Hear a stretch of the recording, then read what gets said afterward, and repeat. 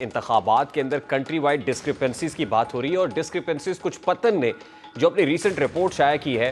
اس میں بھی اسٹیبلش کر دی ہیں، اور پتن کی یہ رپورٹ بھی ملک میں انتخابات کی کنٹروورسی کو مزید بڑھا رہی ہے۔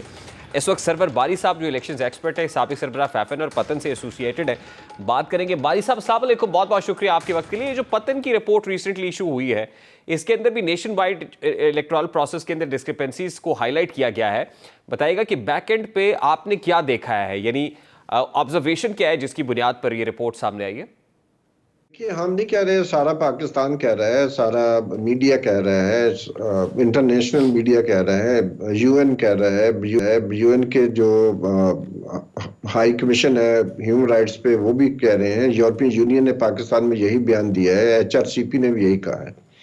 تو کوئی ہڈن ایجنڈا نہیں ہے، سمپلی بات ہے، ہم تو الیکشن پہ کام کر رہے ہیں، پاکستان کی عوام کا مینڈیٹ ہے، وہ مینڈیٹ ان کے پاس رہنا چاہیے، اس کو چینج نہیں کرنا چاہیے۔ تو جو ہم نے رپورٹ نکالی ہے وہ ایگزٹ پول ہم نے کیا تھا الیکشن کے دن، اس سے پہلے ہم نے 3 اور 4 فروری کو ایک اوپینین پول کیا تھا، اور اس سے پہلے جنوری کے فرسٹ اور سیکنڈ ویک میں کیا تھا،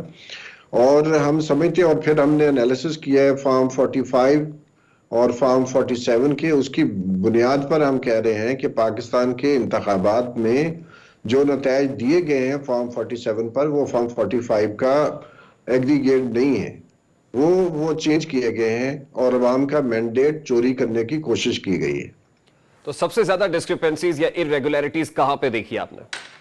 دیکھیے ہم نے اسلام آباد کیونکہ قطع کلامی کے لیے معذرت، فارم 45 47 تو ظاہر ہے اس کی گراؤنڈ ہے، لیکن اوپینین ایگزٹ پولز تو یہ نہیں بتا سکتے کہ الیکشنز کے اندر ڈسکرپنسیز ہوئی۔ لیکن ہمارے جو ایگزٹ پول ہے اور جو ہمارے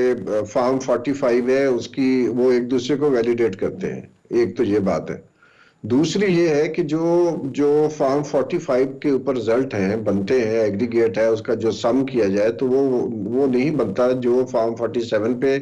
الیکشن کمیشن نے جو جاری کیا تھا، اور اسی لیے اسلام آباد ہائی کورٹ نے غالباً ان کی نوٹیفیکیشن جو ہے وہ سسپینڈ کر دی ہے، اور یہی ٹرینڈ پنڈی کی کچھ حلقوں میں نظر آ رہا ہے، یہی ٹرینڈ کچھ اور جگہوں پہ کراچی میں نظر آ رہا ہے۔ تو ایک مشکوک ہو گیا سارا کام، کیونکہ جو ٹرانسپیرنسی وہ نہیں تھی، انٹرنیٹ بند کر دیا گیا تھا، ایس ایم ایس سروس بند کر دی گئی تھی، اور ہمارے اندازے کے مطابق 15% کے لگ بھگ 2 ووٹ ڈالے بغیر ان کو واپس جانا پڑا، کیونکہ فیملی کے ووٹ تقسیم ہو گئے تھے۔ لاہور میں تو کافی تھا، یہ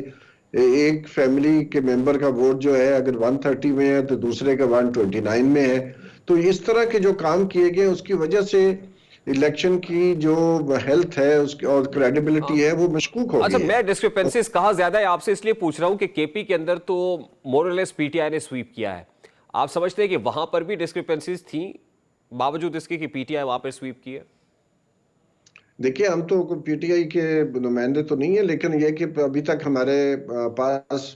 جو خیبر پختونخوا کے فارم ہے وہ نہیں آئے، ہم کوشش کر رہے ہیں کہ مل جائیں، لیکن میرا اپنا خیال ہے کہ جو پارٹیاں یہ کہہ رہی ہیں کہ وہاں خیبر پختونخوا میں دھاندلی ہوئی ہے، وہ فارمز لے کے آئیں، ہم آڈٹ کریں گے، اور اگر آڈٹ کے بعد معلوم ہوتا ہے کہ وہاں پر ہوا ہے تو ہم بالکل اس کو ہائی لائٹ کریں گے۔ لیکن جہاں تک یہ بات ہے کہ وہاں پر کیا دھاندلی ہوئی ہے یا نہیں ہوئی، ہم تو یہ کہہ رہے ہیں کہ اگر ہوئی ہے تو اس کی بہترین طریقہ تو یہی ہے کہ پورے پاکستان کے جو فارم 45 ہے ہر کانسٹیچوئنسی کا، وہ ڈسٹرکٹ سیشن جج کی موجودگی میں، الیکشن ایجنٹس کی موجودگی میں۔ ٹھیک، بہت بہت شکریہ سرور باری صاحب ہمارے ساتھ موجود تھے بھی۔